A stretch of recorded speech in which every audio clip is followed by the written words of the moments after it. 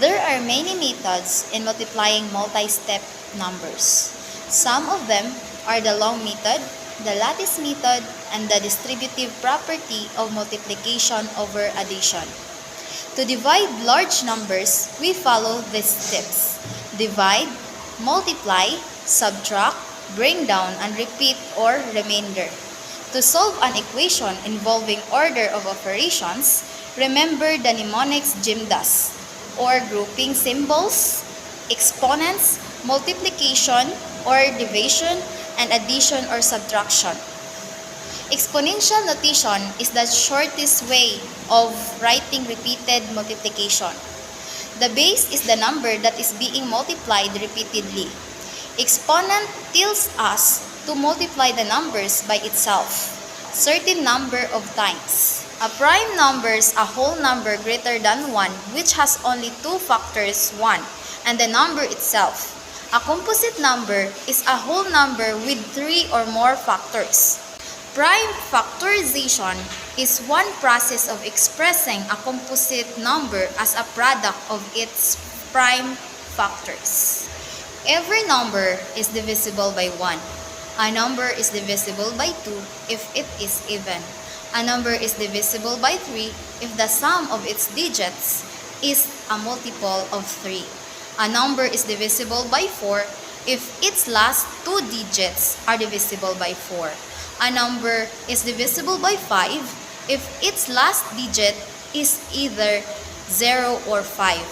A number is divisible by 6 if it is divisible by both 2 and 3. A number is divisible by 7 if the difference between twice the unit's digit and the remaining digit is divisible by 7. A number is divisible by 8 if the last three digits are divisible by 8. A number is divisible by 9 if the sum of its digits is divisible by 9. A number is divisible by 10 if the unit's digit is 0. Factors are numbers being multiplied to get the product.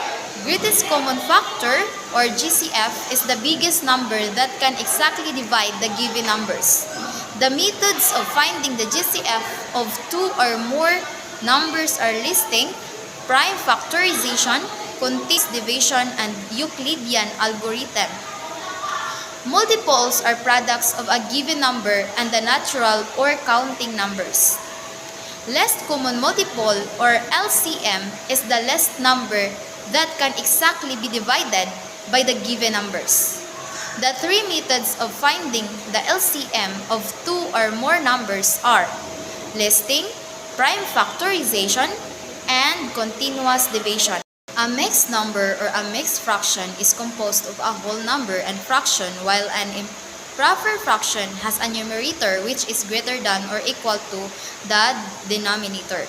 To change a mixed number to an improper fraction, multiply the whole number by the denominator, then add the numerator. The answer will become the new numerator.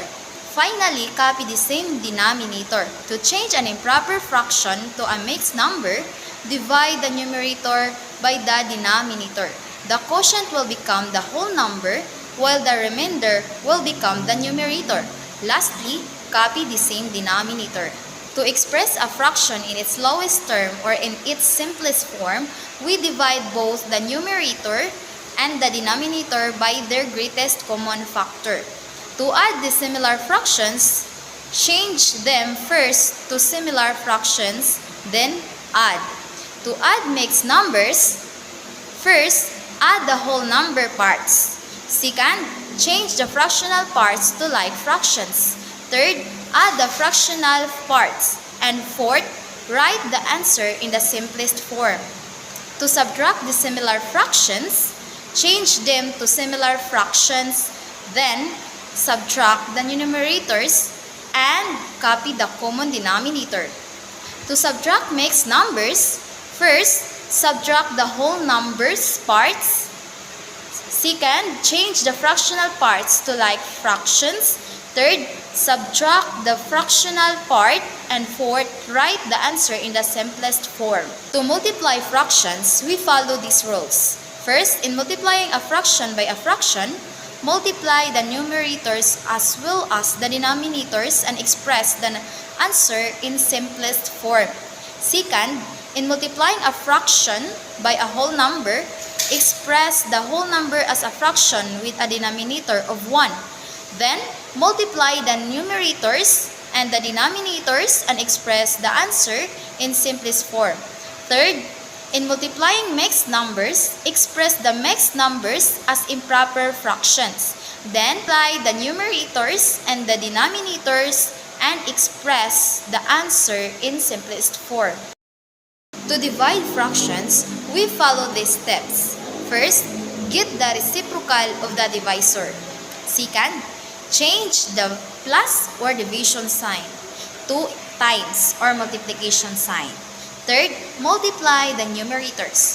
Fourth, multiply the denominators. Fifth, express the answer in its simplified form if needed.